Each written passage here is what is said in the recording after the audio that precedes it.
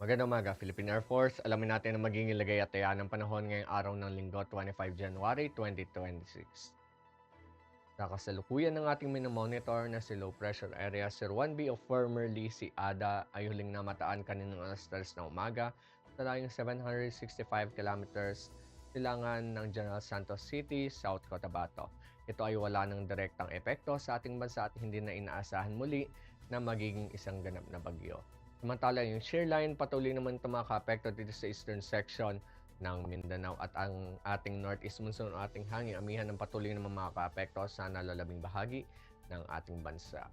Dahil nga dito, inaasahan na ang Eastern Samar, Leyte, Southern Leyte ang mga karanas na maulap na kalangitan na may kalat-kalat na pagkulan, pagkidlat at pagkulog dulot yan ng ating shear line. Samantala ang Cagayan Valley, Bicol Region na lalabing bahagi ng Visayas, Apayao, Kalinga, Mountain Province, Ifugao, Aurora at Quezon ay makakaranas naman ng maulap na kalangitan na may mahihinang pag-ulan. Ang nalalabing bahagi naman ng Luzon, inaasahan naman ang bahagi hanggang sa maulap na kalangitan na may pulo-pulong mahihinang pag-ulan.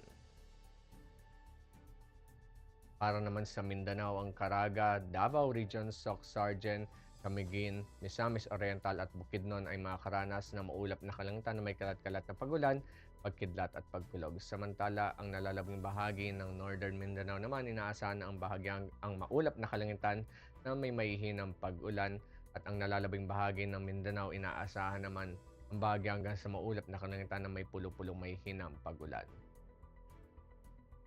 Para sa ating flight level wind shear dito sa 2,500 at 5,000 feet, asahan pa rin natin na patuloy na magdodominate yung ating northeast monsoon. Samantala dito lang sa may bahagi ng Mindanao, asahan natin yung convergence dulot yan ng ating shear line.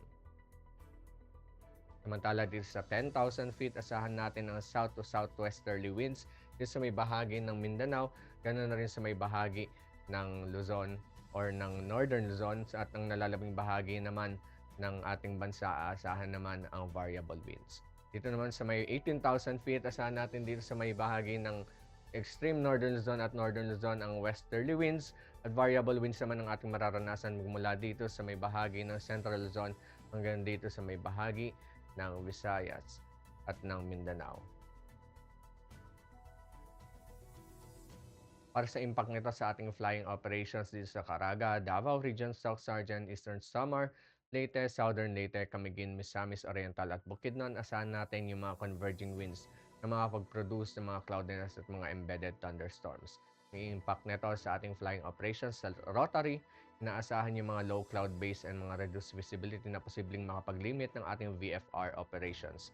Expect natin yung mga localized turbulence sa mga possible wind shear ni ridges. Samantala, sa fixed wing naman yung approach and landing operations natin ay posibleng maka-encounter ng mga low ceilings, mga turbulence at mga instrument conditions. Naasahan na posible tayong makaranas ng mga possible delays or mga diversion.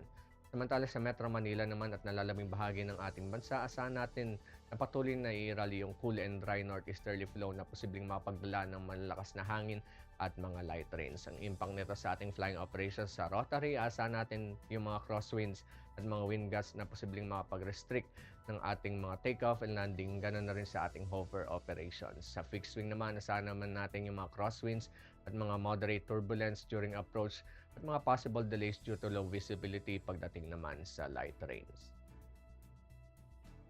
Ang haring araw ay sumikat kaninang 06:25 at ito naman ay lulubog mamayang 17:52.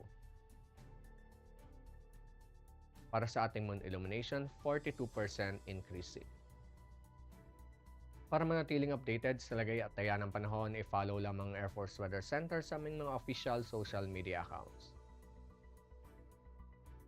Yan lamang pong latest update mula sa ating lagay ng panahon sa ngalan ng aming commanding officer na si Colonel Alvin John Cugador, PAF GSC, baka po si Staff Sergeant Jonald T. Salcepuedes, Philippine Air Force, Weather Forecaster ng Air Force Weather Center.